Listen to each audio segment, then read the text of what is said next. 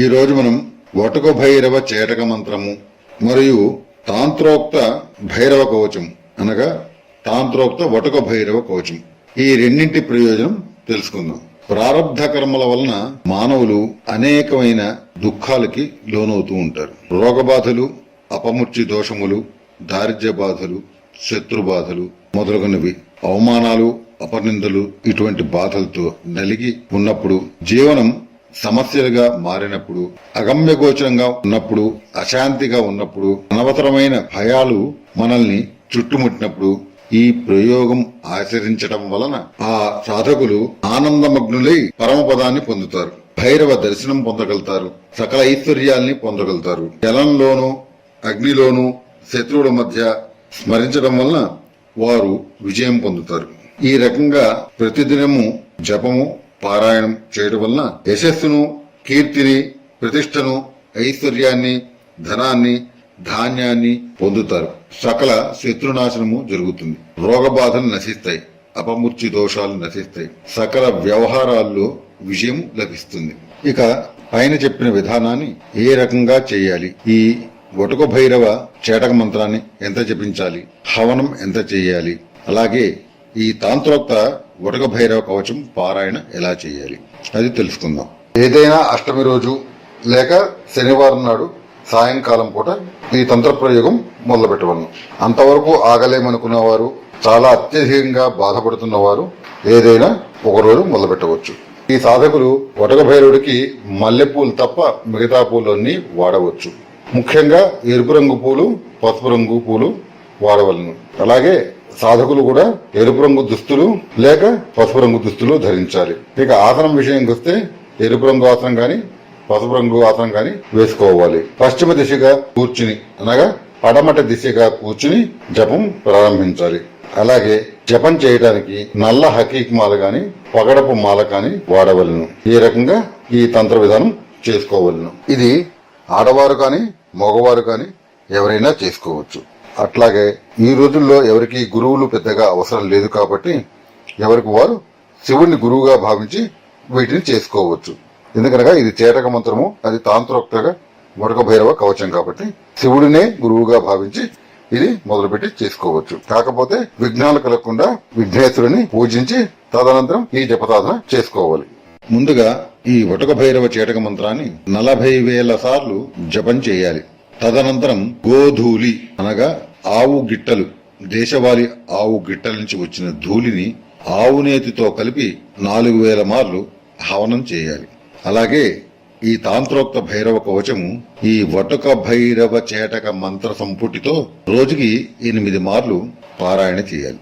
ఈ రకంగా చేసి ఆ వటుక భైరవుడికి బెల్లం నివేదన పెట్టి కొద్దిగా సాధకులు తీసుకుని మిగతాది భైరవ వాహనమైనటువంటి కుక్కకు పెట్టాలి.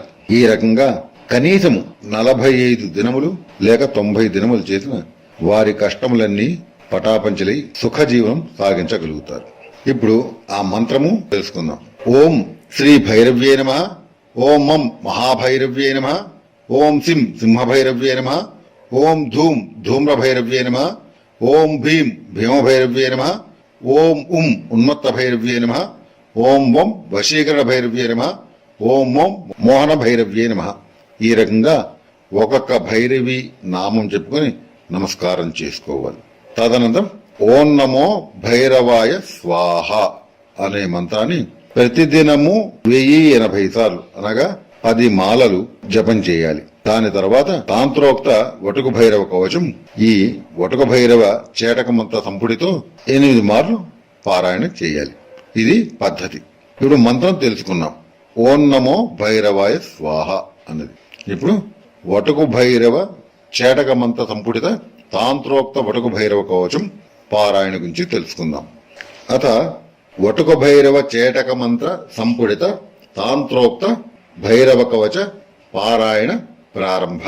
ఓం నమో భైరవాయ స్వాహ. ఓం సహస్రారే మహాచక్రే కర్పూర ధవలే గురు పాతు మాం వటుకో దేవో భైరవ సర్వకర్మసు. ఓం నమో భైరవాయ స్వాహ. ఓం నమో భైరవాయ స్వాహ. పూర్వస్యాం హసితాంగో మాం దిశి రక్షతు సర్వదా. ఆగ్నేయాంచ రుఃపాతు దక్షిణే చండభైరవ. ఓం నమో భైరవాయ స్వాహ. ఓం నమో భైరవాయ స్వాహ.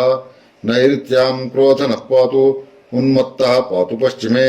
వాయువ్యాం మాంకపాలీ చ నిత్యం పాయాత్ సురేశ్వరః. ఓం నమో భైరవాయ స్వాహ. ఓం నమో భైరవాయ స్వాహ. భీషణో భైరవః పాతు. ఉత్తరస్యాంతు సర్వదా. సంహార భైరవః పాయాత్. ఈశాన్యాం చ మహేశ్వరః. ఓం నమో భైరవాయ స్వాహ. ఓం నమో భైరవాయ స్వాహ. ఊర్ధ్వం పాతు విధాతా చ. పాతాళే నందకో విభుః. సజ్జో జాతస్తు మాం పాయాత్. సర్వదో దేవసేవితః. ఓం నమో భైరవాయ స్వాహ. ఓం నమో భైరవాయ స్వాహ. రామదేవో వనాంతే చ. వనే ఘోరస్తథావతు. జలే తత్పురుషః పాతు. స్థలే ఈశాన ఏవ చ. ఓం నమో భైరవాయ స్వాహ. ఓం నమో భైరవాయ స్వాహ. డాకినీ పుత్రకః పాతు. పుత్రాన్మే సర్వతః ప్రభుః. హాకినీ పుత్రకః పాతు. దారాస్తు లాకినీ సదా. ఓం నమో భైరవాయ స్వాహ. ఓం నమో భైరవాయ స్వాహ. పాతు చాకరికా పుత్రః. సైన్యం వై కాలభైరవః. మాలినీ పుత్రకః పాతు. పశూనశ్వాన్గజాంస్తథా. ఓం నమో భైరవాయ స్వాహ. ఓం నమో భైరవాయ స్వాహ. మహాకాలోవతు క్షేత్రం. శ్రియం మే సర్వతో గిరా. వాద్యం వాద్యప్రియః పాతు. భైరవో నిత్యసంపదా. ఓం నమో భైరవాయ స్వాహ. ఇది తాంత్రోక్త భైరవ కవచ పారాయణం ఈ విధంగా ఉంటుంది. ఈ రకంగా వటుక భైరవ చేటక మంత్ర జపం 1000 మార్లు అనగా 10 మాలలు. తదనంతరం వటుక భైరవ చేటక మంత్ర సంపుట తాంత్రోక్త వటుక భైరవ కవచ పారాయణం 8 మార్లు చేయటం వల్ల అన్ని రకమైన ఈతి బాధల నుంచి బయటపడి మహదైశ్వర్యపరులై ఈ జన్మయందు సుఖ సంతోషాలతో మహదైశ్వర్యాలతో వెలుగుతూ ఉంటారు. సాధన తీవ్రతను అనుసరించి భైరవ దర్శనం కాగలదు, మోక్షము కలగలదు.